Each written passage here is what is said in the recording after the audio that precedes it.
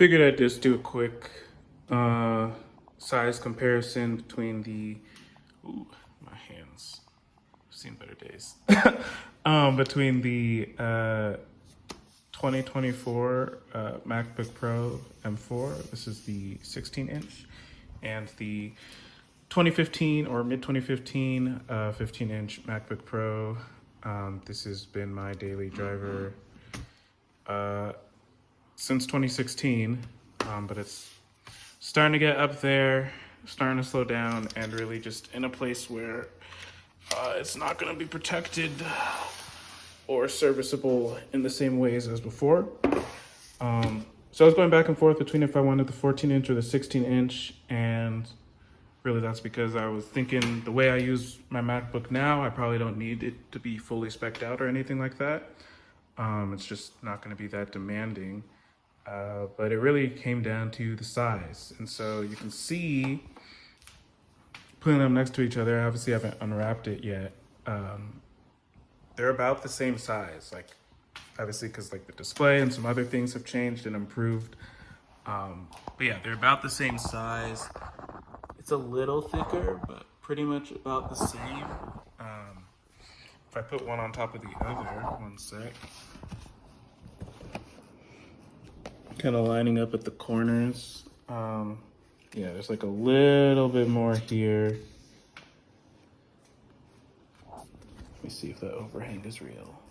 Yeah, there's a slight some overhang here. So if I switch it around and put the new one on top, line up those corners, then yeah, it's like a little bit thinner, not quite as wide, you know, but overall pretty much the same footprint. Holding them, it does feel a little heavier than this guy, but yeah, I mean, otherwise, you know, I'm sure there are plenty of unboxing videos out there. I got it in the dark kind of space black, I think, color. So that's sort of, you know, what it is. But I hadn't seen someone just do a simple, straightforward, like, hey, this is the size of this is the size of this kind of a thing. Let me open them and we can look at that too. So yeah, as you can see, updates, right? We got this just MacBook Pro kind of penciled in, not penciled in. It still says this designed by Apple California. That's on like the front end towards where the lid of the lip is. Whereas before it was back up here, same information, but just this is not like etched into it. And yeah, I've taped a lot of stuff. Okay, it's been through a lot over the last 8 or so years. But let's open them. Okay, just before I open them, I just quickly tried to flip them over. Because of how this is like tapered on the corners instead of like more like a firm edge, it is easier to kind of like just pick up and flip around. So even though like, you know, well, actually this is heavier, this feels heavier than this one, and it's also slightly more difficult to move around just because these edges are firmer, like they're just not tapered in the same way this is. So this is pretty easy to just like one hand grab or like flip under, because you can get under it pretty easily. You can see like this tapers down, whereas this is just firm solid. So that is just one thing about kind of absent-mindedly grabbing it. It is going to feel different because yeah, these edges are just much more firm isn't the word I'm looking for, but there's just no taper there. So let's open up. You'll notice it was actually a lot easier for me to lift up the screen on the new MacBook compared to the old one.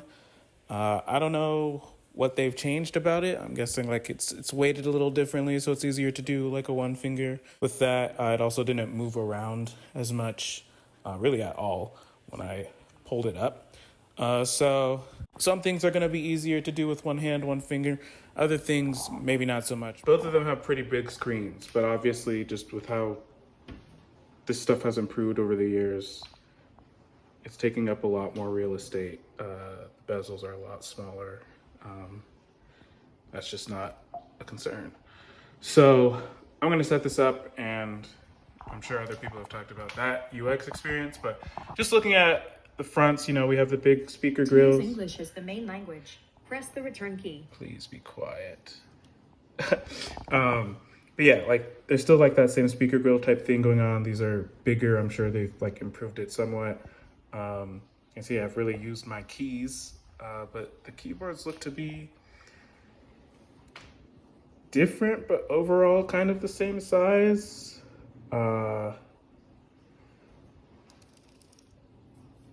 I do feel like these like hug your fingers a little less than the old ones do, but I don't have as much experience with them, so maybe they'll be different.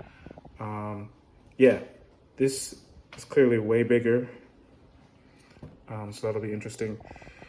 But yeah, I think that's it. All I really wanted to go over is just like, yeah, physically, size-wise, like how different is it actually compared to the older 2015 model? Because the last generation Intel like did not have these ports in the same way, right? Like MagSafe is back.